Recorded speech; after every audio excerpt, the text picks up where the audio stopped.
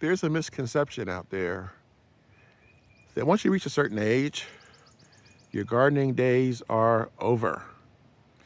Once you get in your 40s and 50s, it becomes too difficult for you to bend or stoop or lift, and people have to hang up their gardening tools. Well, that's false. And for many of you who have subscribed to this channel, you know that's not true. I'm the Frugal Gardener, and this is Gardening Over 40. I have been posting videos on this series for about 3 or 4 months now.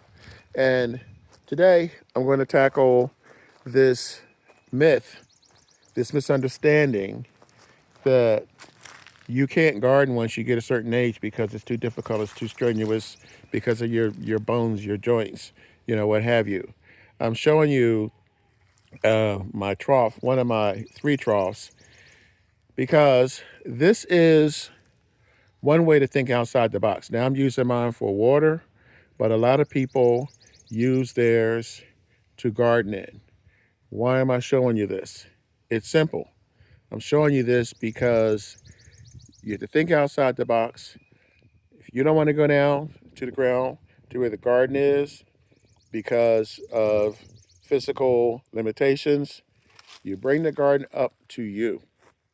And a lot of people don't think about how they can do that. They just automatically assume that you have to garden in the old traditional way. Once you get in your 40s and 50s and 60s and 70s like I am, get more creative. Look at how far this is from off the ground. This is a grow bag. I've had this grow bag for several years now, and it's about 15 inches off the ground.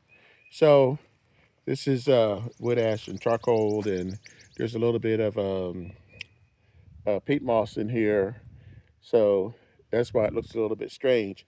I haven't planted anything in there yet. It's going to be cucumbers, but you get the point. This is something that is easily reachable. You don't have to get on your knees. You don't have to do a lot of bending or a lot of kneeling. So what I am encouraging you to do in this video is to think of ways that you can bring the garden up to you so that you don't have to do all that bending and stooping that makes you uncomfortable in the age that we are in. This is my new pride and joy. This is what I really want to show you guys. This is why I am bringing a lot of my pots and containers over into this area. But you know what? Before I show you this, I'm going to show you another area that you're probably familiar with if you're familiar with this channel. I garden in 7A, and as I said, I'm the Frugal Gardener, and this is my latest project. I'm not going to go into this right now. That requires some explanation because we're focused today on raising up the garden. We're focusing on elevation, and this is a classic example of that. This is, well, it's collard greens that actually came back and now they're bolted. But I'm not here to show you the collard greens today. I'm showing you, once again, how easy it is to get to your garden. Each one of these crates is 12 inches tall. It's a foot. So what I did was I put one on the bottom, and as you can see, one on the top. These actually interlock, so they don't go anywhere. This has been here since I've been here, which is going on 2 years. So now you're 2 feet off the ground, right where you want to be to get to your, this is the easiest part of my garden so far, but I'm about to surpass that with something else. If you notice, there are more, this is a peach tree that I put in here, also off the ground. That's the thing. How can you get your plants, your vegetables, your fruits, whatever it is, off the ground? This is my workspace right here. And it's a work in progress because I'm working on this over here. The next time you see this, it will be completed. I am probably about 75% done. This is the netting I'm going to put over top. But again, I digress. Here it is. This is what I need you guys to see. This is the elevated garden that I've been working on for a couple of weeks now. Everybody talks about these guys here. Everybody is talking about buying these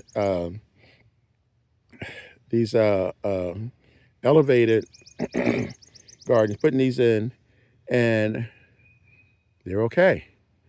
But I have a problem. The problem is, once you put these in, that's it. They're stationary.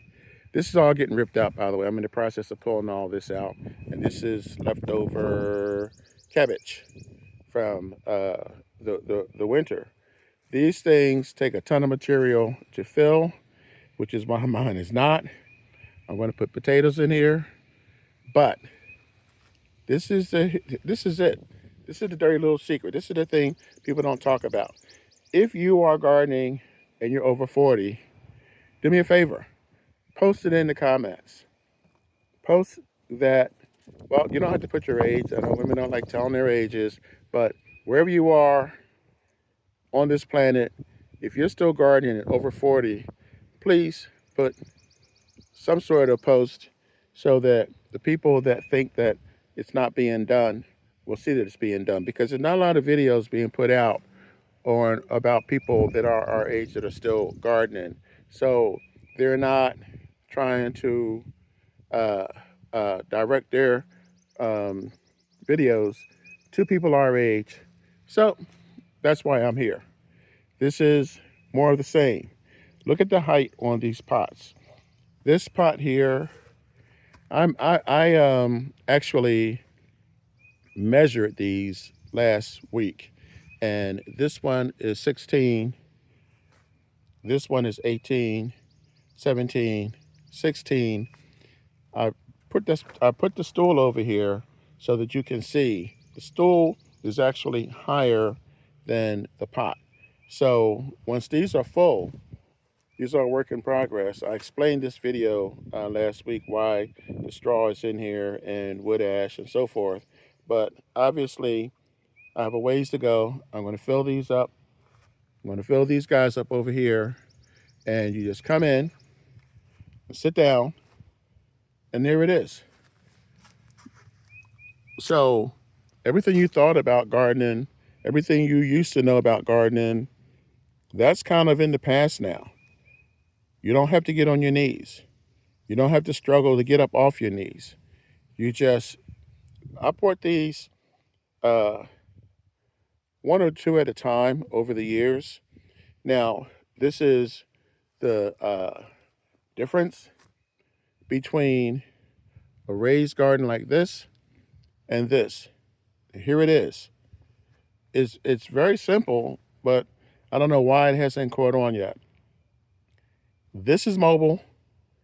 This is not.